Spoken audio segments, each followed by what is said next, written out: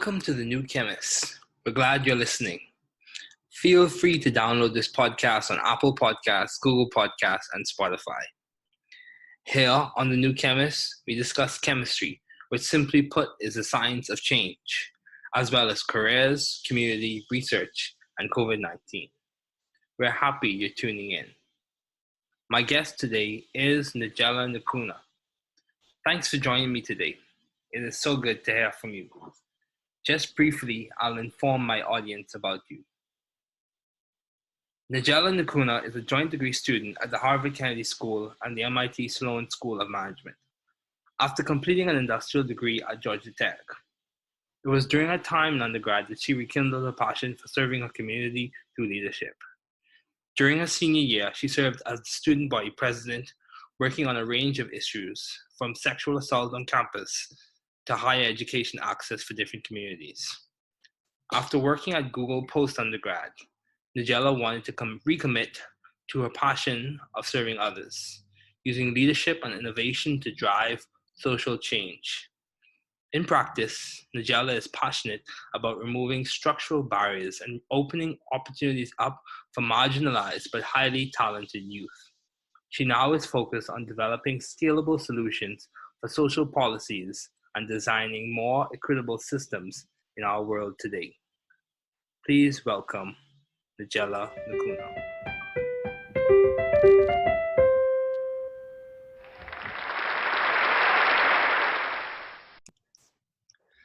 Thanks for coming on today, Nagela. It is good to have you here.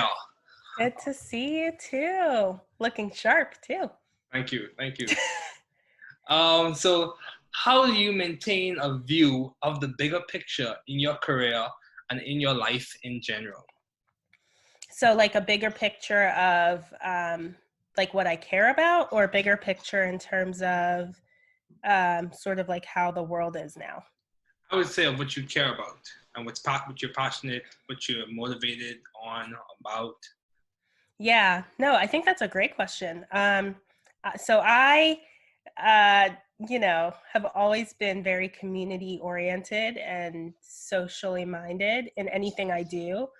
And I think that even throughout any of my experiences before college, in college, post-college, that theme just continued to reoccur in side projects that I continue to do. And I think that it's what I'm currently doing in grad school is something I'm really passionate about. That's not to say that science, technology, math, STEM fields are not, because I am passionate about that as well.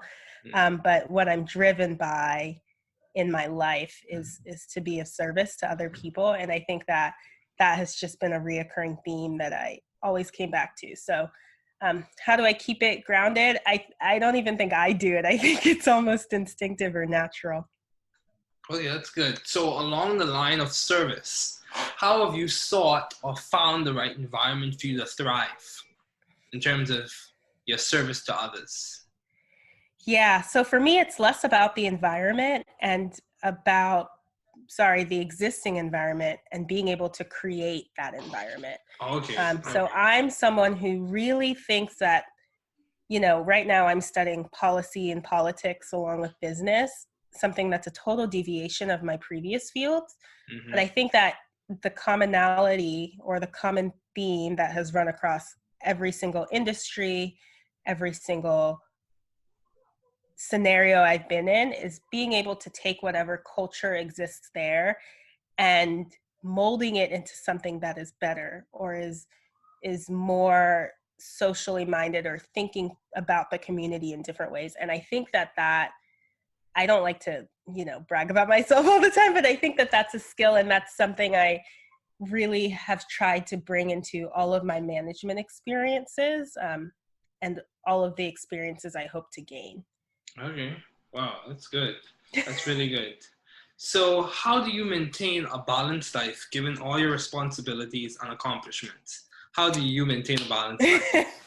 So I don't. So I heard this from someone else, so I can't take credit. But it was actually another podcast. I don't think it's balance. I actually think it's what do you prioritize. Okay. So that's going to look different in different stages of your life. Right now I'm single. I don't have any responsibilities or dependents. And so balance to me is more introspective, and I can sort of set my own schedule without having to defer to other people, keep other things in mind. But I think balance to me looks like being able to exercise regularly. Okay. Balance looks like, being spiritual on the, all of your life, but especially on the weekends, and kind of decompressing then and spending more time with family. And then during the week, I just sort of grind like everyone, and maybe even on the weekends, but that's what balance to me right now is. When I was in California, that didn't look the same because I was, managing a home that I just purchased and had different responsibilities that were top of mind then. I think maybe when you're older and have a family, you have to consider their needs as well. So it's not really balance, it's prioritization to me. And right now, it's a priority for me to learn and be as informed as possible. Yes, I agree. It's important because education allows you, and it provides a skill set for you to help other people, and a service that you were talking about. I know. So, can I ask you a question? Sure, go ahead. What does that look like in your life right now during COVID? Well, I kind of echo the same sentiment in that balance for me is based off of my priorities. And balance for me is respective to the stage of life that I am in as well. Given that I'm just starting graduate school, so balance for me is developing. Like, it's not set in stone. I would say there are certain things that have weight in my life, and I just make sure I just make sure those things are kept in check. For example, my spiritual life, my exercising, my mental health, my academics, all those things, I just make sure those things are kept in check. Sure. You don't have to be, like, for me, balance is not perfection. Balance is just doing your best given the day and given the circumstances.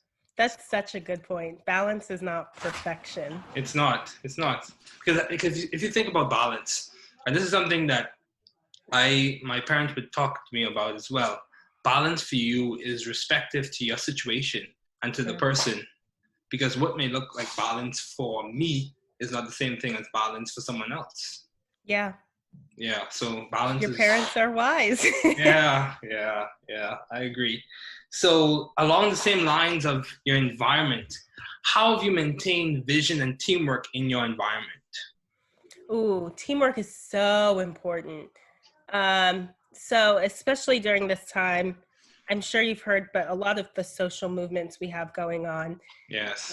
Something that has really resonated with me is if you are getting to the top on your own, you're not doing it correctly, because none of us are where we are because we haven't, all of us are where we are, I should say, because we've had support and help from community members, from mentors, from teachers, parents, family.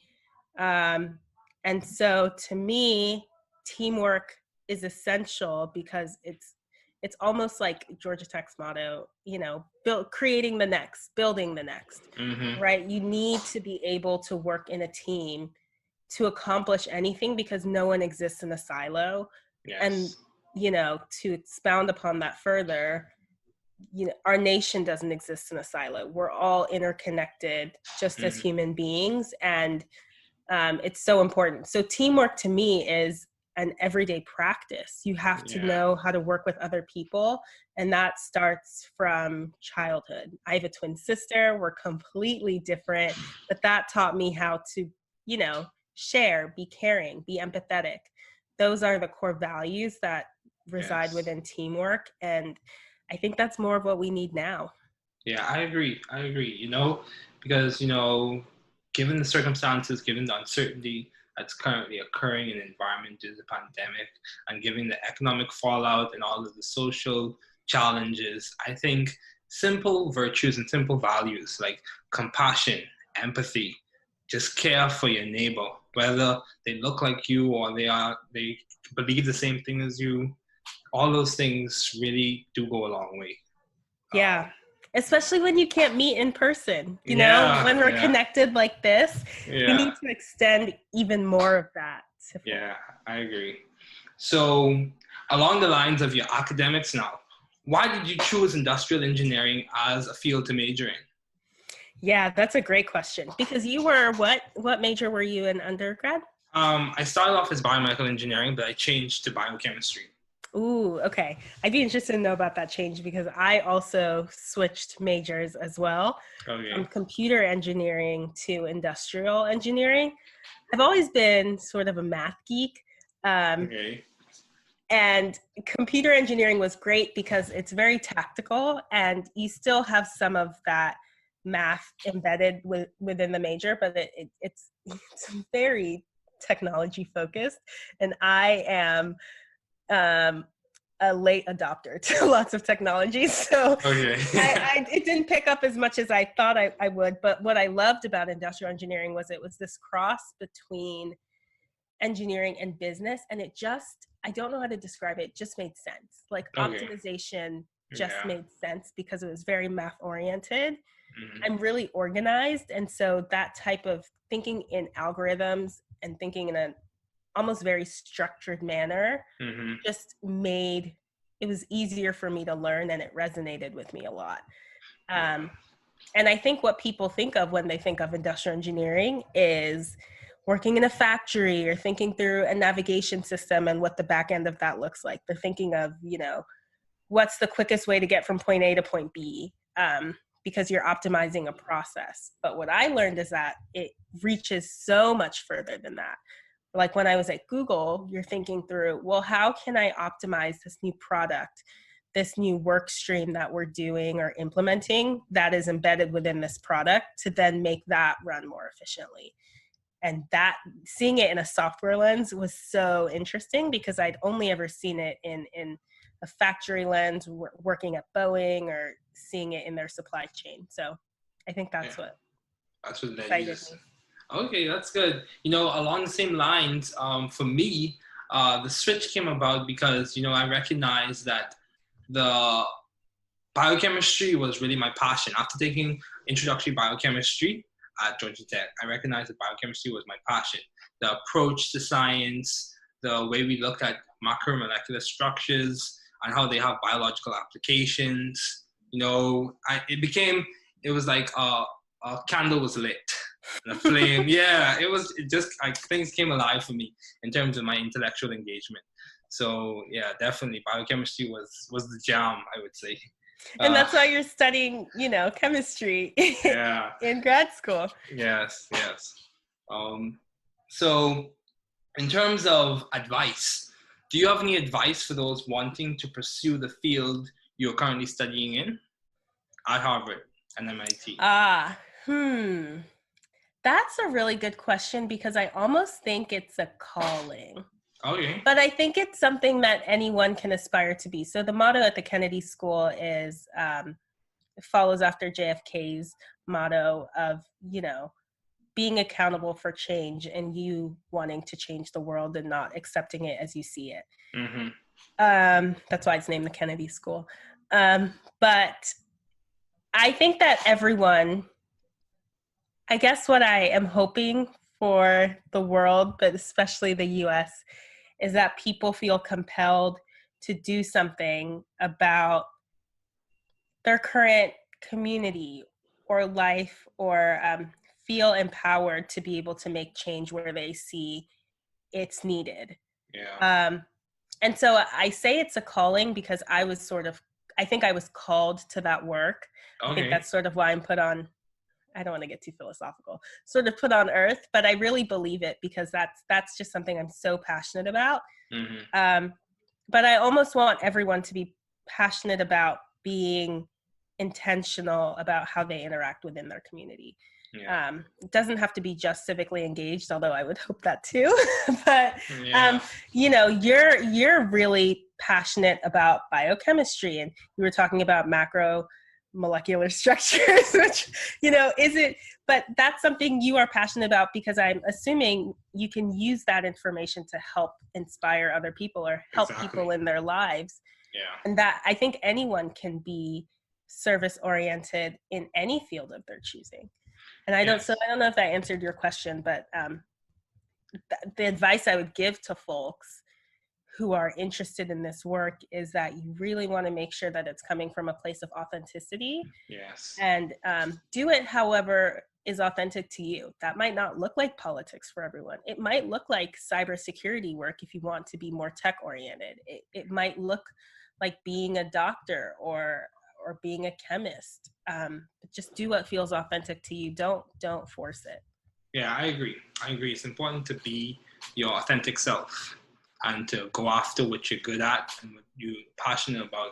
Because, I was listening to, this is just a reference, I was listening to a motivational speaker, and he said, in essence, he said, your gift or your calling might be in agriculture, and they're trying to make you, or you're forcing yourself to be an IT specialist. So like two different subcategories, two different disciplines, but you have to know what you're good at.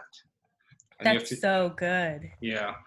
So I think it's a matter of self-discovery, introspection, and, just taking time to be patient with yourself, Yeah, take time. You don't have to know it in college. Yeah. You don't even have to know it after college. It took me after college to figure out that I wanted to do this. So yeah, it takes time. So, along the lines of service-oriented, and I saw, one of the things you're passionate about is improving access. Improving education access. So how are you active in that area, or how do you see yourself playing a role in that area in the future? Yeah, so I always am interested in access, because access is a systemic issue. And I know that we're talking a lot about systemic issues right now with conversations about racial tensions and wealth divides and equity. Mm-hmm. But I truly believe that education is one of the best ways to have upward mobility in society. I agree. I've always thought that way. Coming from an immigrant family, I've always believed that. And I like you, I think education is so important. Mm-hmm. I've been a benefactor of many pipeline programs, both to companies and also to schools. And I think just because we have those pipeline programs because it's emblematic of a larger problem, right? Yeah. Which is access to certain things for different communities, not just Black and brown communities, but poorer communities, right? Which tend to usually go hand in hand. So how I'm working on that is, I guess I'll say I've always worked on that. Okay. When I was at Georgia Tech, I always mentored Black and brown students. When I was at Google, I helped with Google's Tech Day, which is sort of an introduction to get minority communities and students in tech and in STEM, specifically at large tech companies like Google, Facebook, Apple, Microsoft, YouTube, etc. Mm-hmm. I would say even during my time at the Kennedy School, we were able to pick a project. And my project was partnering again with Google, because I do like the way they do things. It's very research and data oriented. Okay. On what type of information they displayed on their search bar and how it would be helpful to high school students applying to college who needed financial help. And so how I hope to do this in the future, I think you can really do it anywhere. It sort of depends on the time you have and the scale to which you want to do it. But I think solving economic problems is going to be really important. How we design economic policy, how we design, if you're running a company or running a nonprofit, how you design or reach out to certain communities will help you identify talent that is outside of sort of the mainstream traditional pool. So I hope that sort of answered the question, but I think the work can look varied, but it's all really important, because the goal is to create a society that looks the goal is to create corporations, to create industries that looks like society, and not have it incorrectly reflect that. Yeah, I agree. The corporation should be representative of the demographics in the country and in society at large. So, along the same lines of it reflecting society, in terms of interests, your interests in terms of your academics, what have been your long-standing interests in the field of science and public affairs? Yeah, so I always say this. I always try and apply the scientific method to everything, which is kind of really broad.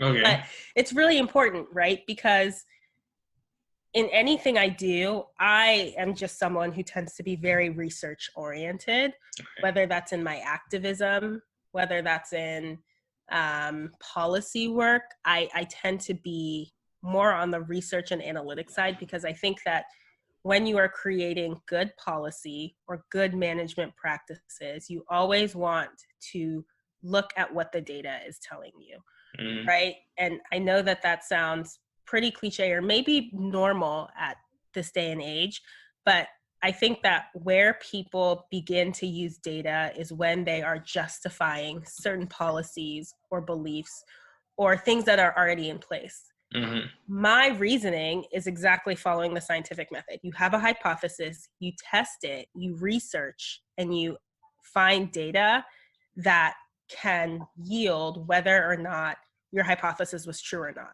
I think too often we're using data at the tail end of decision making when we should actually be using it in the beginning. And so I use STEM, practices. Even in management style, you want to be able to think through things in an agile way. I think it's really important to be able to iterate and pivot based off of new information that you're getting. We're seeing a lot of those types of practices with COVID, with how people are governing, right? We're seeing governance being done in a really iterative model, whereas that's not always the case, because governance is usually tied to budgets. But now that, the economy is up in the air, people are trying different things and being a little bit more risky or adventurous. And that's not to say that agile method is risky, but it's certainly riskier than traditional governing methods. So again, I think it's really important to be able to use science and research methods whenever you're doing literally anything, not just science, right? Yeah, I agree. Have you seen the same thing in your work? Primarily, well, as someone who's worked in biochemistry and now specifically about to begin my time in chemistry, specifically organic chemistry, like the scientific method is the framework through which you apply it's just the lens through which you look at your work in terms of justification, in terms of explanation, in terms of just going about daily routine in the lab. You use the scientific method. Yes, I do. I have seen that in my work. But along the lines of the iterative process, I would say that many times changes I've seen, it's not like one action or one decision in which it makes a large difference, but it's the small changes over a large period of time, over a long period of time, that makes a significant difference. I think, and I was listening to another motivational speaker as well. They made the comment how, sometimes people associate change with the grand sweeping actions, like starting a foundation or starting a large organization or something of that sort. But I think you would agree with me. Many times change takes place in the small little decisions that you make on a day-to-day basis and the interactions you make with people. Small moments make a big difference. Yeah. They do. Yeah, they do. Yeah. So how have you been adaptive and creative in the field of science? Which specific ways? How have you been adaptive in the field of science and public affairs? How have you been adaptive and creative? That's a really good question. So trying to think of Go ahead. In terms of your time at Georgia Tech as the student body president, what would you say was a defining moment in terms of you being adaptive or creative? Yeah, I think that the way, so I was really blessed to have, and I'll say this about him forever, a really incredible vice president that I ran with, Okay. Shane Madrinich. He is such a kind, thoughtful person. And I was able to be creative in how we defined our roles, and specifically to adapt to the changing times. It was during the 2016 election, and a lot of the work that I did ended up being very externally focused to the school. You know, it did affect students' lives, but the work was more on policy changes in the state, national changes that were happening at the time, voting efforts and registration efforts, and getting out the vote for students at that time. And the way he took on the work in a way that I was able to focus outside of the school while also focusing on the things that affected our students, but in a more external way. That was one of the reasons why I applied to public policy school in the first place. Because I was able to get that experience, but also get a taste of what that work looked like in the real world. And so I'm sure you might see other presidents now, especially, have very internal roles because of the pandemic. You're focusing on how we can help students in a very not transactional in a negative sense, but in a very transactional, tangible way, because the work is very proximate to the students. Whereas my work might not have been as proximate to student life, but it did affect it, and it did have a huge impact. So things like mental health were one of our core internal initiatives, but a lot of our external initiatives were around sexual assault and immigration and gun laws. So I think that was very different, and it didn't look like that in the many years in the maybe subsequent years. But, you know, I think creativity is needed all the time. And I think you can still go about implementing creative methods in a structured way, because I am very structured. I'm not as, my twin sister is very creative in the general sense of the word. But I don't want people to sort of shy away from that. I think it's a really good question to be able to think through. If you have a process, how can you affect, like you said, the little changes here in a creative and innovative way that produce a different output? Yeah, I agree. So, in terms of, this is a question that I think would be, it's very interesting. In terms of your transition from Georgia Tech to Harvard University, yes, why the transition? And what appealed to you in terms of your application? What made you make the switch? So I was in California working at Google. I'd actually applied to public policy school. I graduated in December, so I applied my last semester. But I also applied to many different programs, business school programs, you know, deferred admissions programs, a few tech and policy programs, because I didn't know, like we were talking about earlier, I didn't know what I wanted to do long term. I had a job lined up. It was great. I liked it. I liked the role. But I sort of was still a little bit confused about what I would do long term, or sort of what my calling was. But I knew after my presidency, I say that colloquially, my student body presidency, that I kind of liked this policy thing, right? It seemed a little fun, seemed interesting, but not enough to make it a career. I went to California, and I spent a couple of years out there, and a couple personal things happened. But in addition to that, I saw where the world was going. I saw where our nation was going. And then I saw the bubble that is Silicon Valley almost. It's not in a bad way, but people definitely, you don't have to think about the rest of the United States. You know, they almost have their own economy going, Okay. all about building the next product. And it seemed to me almost like a silo within the United States. And I remember one day, my manager had asked me, because I was following Georgia politics very heavily. It was when Stacey Abrams was running for governor. And there were a bunch of abortion laws or anti-abortion laws being passed. And my manager at work asked me how I was doing. And I said, well, I decided to sort of answer honestly, given what I had been reading about that morning. And I said, well, not so great, actually. I'm pro-choice.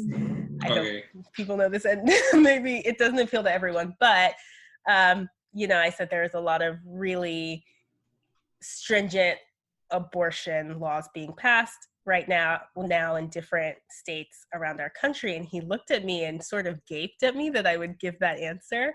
And they said, well, my partner isn't pregnant, so we haven't worried about that yet. And I went, oh my gosh, like, your partner doesn't have to be pregnant for you to worry about that. You could just worry about that because it's important to people around the world. And that's when I knew that I needed to accept my offer to go, because I think that that was not the place for me to do that work, right? Okay.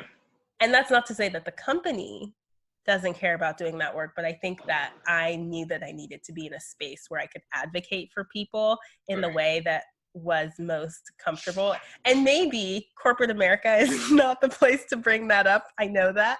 But I'm also a very blunt and authentic person wherever I go. And so I wanted to be able to do that in whatever field of work I chose.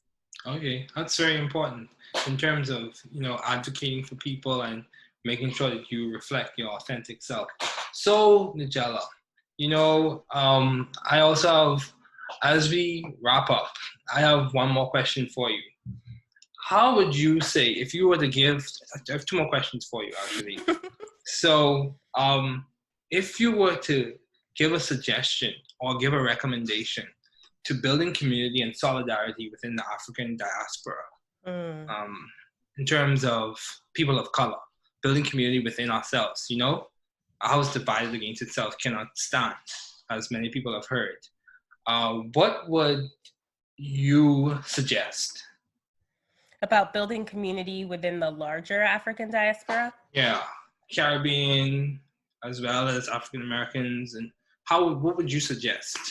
What would be your first suggestion? I want us to be able to have open and difficult discussions. Okay.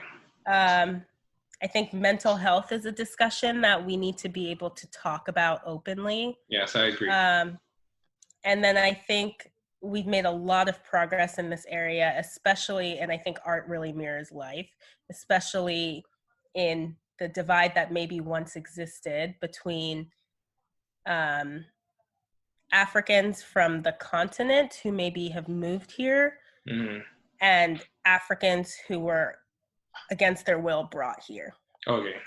And having that discussion and coming together as a community and sharing our different lived experiences, but also our very much culture that is the same. Exactly. And I think those are two big conversations that I really want to be open about. And, you know, it's something my family's working on. It's something I think a lot of families are working on. But being open about, you know, things like PTSD. I just finished a 25-day push-up challenge to talk about PTSD and mental wellness. And things like that. Those are two big discussion topics that I want to become, you know, seen as normal in the African diaspora and the larger community. Yeah, you know, those things are very important. Mental health is so important. You know, many times it's not always talked about because some people consider it to be, or sometimes there's a stigma associated with it. But mental health is so important. I think mental health, spiritual wellness, physical wellness, all those things. I think health is not just within the physical body, but it involves all different parameters, mentally, spiritually, physically, emotionally, all those things comprise what it means to be a healthy and a whole person. So my last question for you, what is the most beneficial advice you have received? If you had to give one example of the most beneficial advice you have received, what is that? Give and take advice that is meant for you and not meant for that person. Okay. And that is how I think it's really hard for me to categorize all the great advice I've been given, but that's one of the top ones. When you're giving advice to other people, make sure that it is very much targeted for them and can be based off of your life experiences, but not rooted in what you perceive to be the advice you wish you had gotten, but really that advice that is best for that person at that time. And in the same way, accept advice and feedback and criticism that is meant for you and not meant for what that person hopes you will do. That's very much mirrored around Brene Brown's talk about being vulnerable and not taking advice from people in the cheap seats, people who aren't willing to be vulnerable with their life and take chances and take risks, but taking advice from people who are willing to do that work and want to see you grow and actually giving advice in that same spirit too. Yeah. It's one of the top pieces of things I always recommend. And then the second one, which I know can also be seen as a privilege statement, but I think it's so important, is making career decisions based off of your values. Yeah. Don't go for a career because you think it'll pay you a lot of money or it'll make you, powerful or successful. You want to go for a job that will both be able to help you be self-sufficient, but also aligns with your values as a human, because you will not be able to thrive in any environment in a place that has starkly different core virtues than you. Yeah, I agree. And I think that's so important. I got that advice from my parents and it's always stuck with me. Okay, that's good. Thank you so much, Nagela, for coming on today. It has been a pleasure.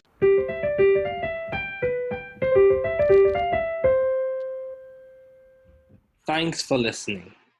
We're glad you were able to tune into this podcast.